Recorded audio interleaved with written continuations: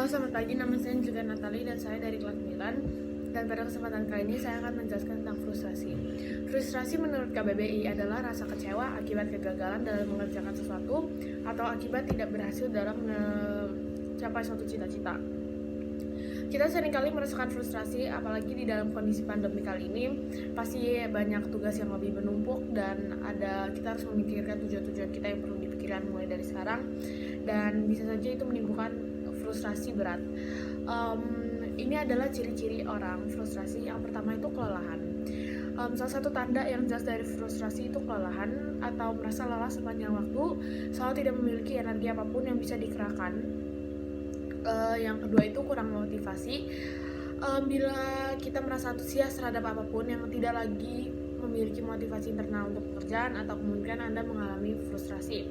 Kondisi emosi yang negatif. Saat sedang frustrasi, seorang akan merasa tak peduli atau akan apa yang dilakukan atau bukan kecewa akan segala sesuatu. Kalau masalah kognitif, saat sedang stres, perhatian akan menyempit dan fokus elemen negatif yang dirasakan sebagai ancaman. Yang kelima itu merosotnya performa kerja. Jika Anda tidak yakin sedang mengalami frustrasi, bandingkan kinerja Anda dengan kinerja di tahun-tahun sebelumnya. Kalau misalnya memiliki perbedaan atau perubahan yang besar, maka itu adalah tanda-tanda frustrasi. Yang keenam itu masalah interpersonal di rumah dan tempat kerja atau tempat sekolah. Masalah ini bisa terjadi karena terlibat banyak konflik dengan orang lain yang disebabkan oleh argumentasi atau justru menarik diri dalam berkomunikasi dengan rekan kerja dan anggota keluarga. Yang ketujuh itu tidak merawat diri.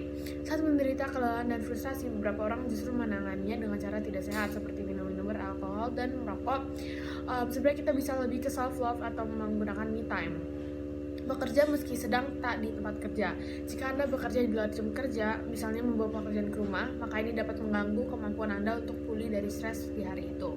Atau yang ke-9 itu menurunnya kepuasan. Merupakan kecenderungan untuk merasa kurang bahagia dan kurang puas terhadap karir atau kehidupan pribadi. Yang ke-10 itu masalah kesehatan. Selama jangka waktu yang panjang, stres atau kronis yang serius dapat menimbulkan masalah kesehatan yang nyata, seperti masalah pencernaan, penyakit jantung, depresi, dan obesitas. Yang cara untuk menangani seperti hal ini adalah kita harus tenangkan diri.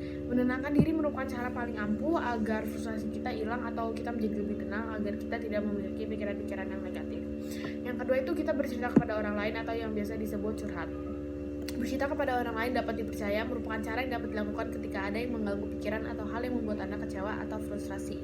Yang ketiga itu berbicara lantang kepada diri sendiri.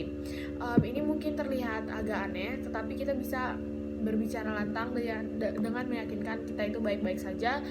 Jika perlu kita rekam perasaan kecewa, sedih, dan frustrasi yang kita alami, serta sampaikan hal-hal positif yang perlu kita lakukan untuk mengatasinya. Yang keempat itu cari tahu penyebab frustrasi.